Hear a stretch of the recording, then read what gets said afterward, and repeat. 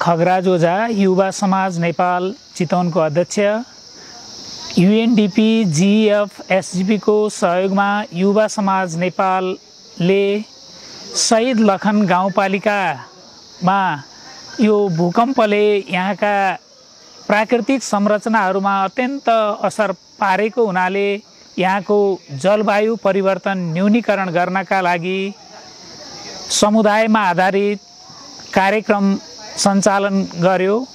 यो गर्ने क्रममा हामीले यहाँ भूकम्पपछि यहाँका मुहानहरू सुकेका हुनाले खानेपानीका मुहानहरू, सिंचाइका मुहानहरू संरक्षण गर्ने काम गर्यौं, जसले गर्दा किसानहरूको आय आर्जनमा वृद्धि भयो,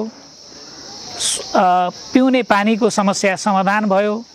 अर्कोतर्फ किसानहरूलाई वृक्षारोपण बिना जलवायु परिवर्तन न्यूनीकरण गर्न नसकिने र त्यसका लागि आय आर्जनका क्रियाकलाप सञ्चालन पनि गर्नुपर्ने भएको हुनाले वृक्षारोपणको अभियान र आय आर्जनको अभियानलाई हामीले संयुक्त रूपमा सँगसँगै अगाडि बढाउने काम गर्यौं।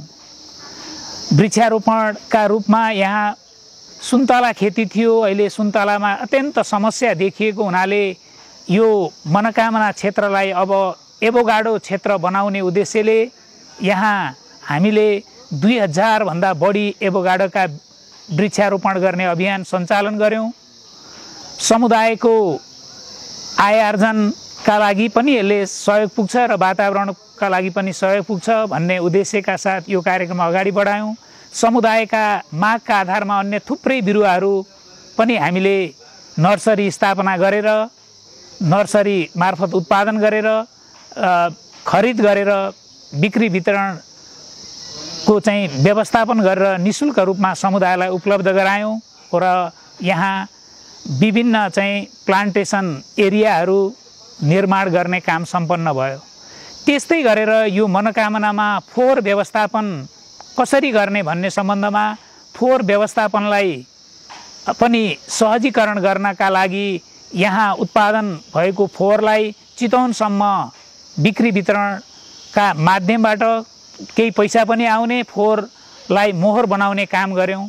त्यस्तै मनोकामना मन्दिरमा निस्किएको जुन फाल्ने फोहोर छ को रूपमा रहेको चढाइसकेको फूललाई सुकाएर धूपबत्ती बनाउनका लागि, त्यसलाई पिन्नका लागि यहाँ समुदायमा एउटा मिल पनि स्थापना गरिदियौं र त्यो मार्फत बाटेको धूप निर्माण गरेर फेरि यही मनोकामना मन्दिरमा चढाएर फोहोरलाई मोहर पनि बनाउने, फोहोर न्यूनीकरण गर्ने काम गर्यौं।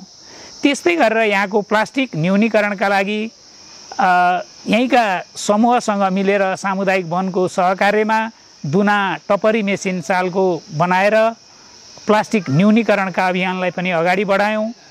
त्यस्तै गरेर यहाँको भू संरक्षणका लागि चेक ड्याम निर्माण गरेर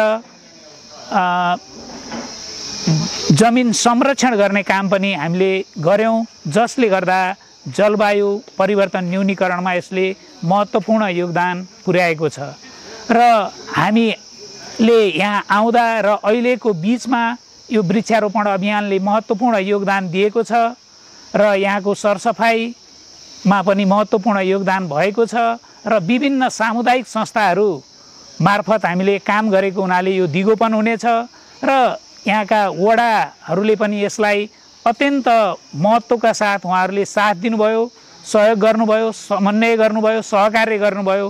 त्यसैले गर्दा यो कार्यक्रम अत्यन्त प्रभावकारी रूपमा अगाडि बढेर अहिले यो समापनको चरणमा पुगिरहेको छ।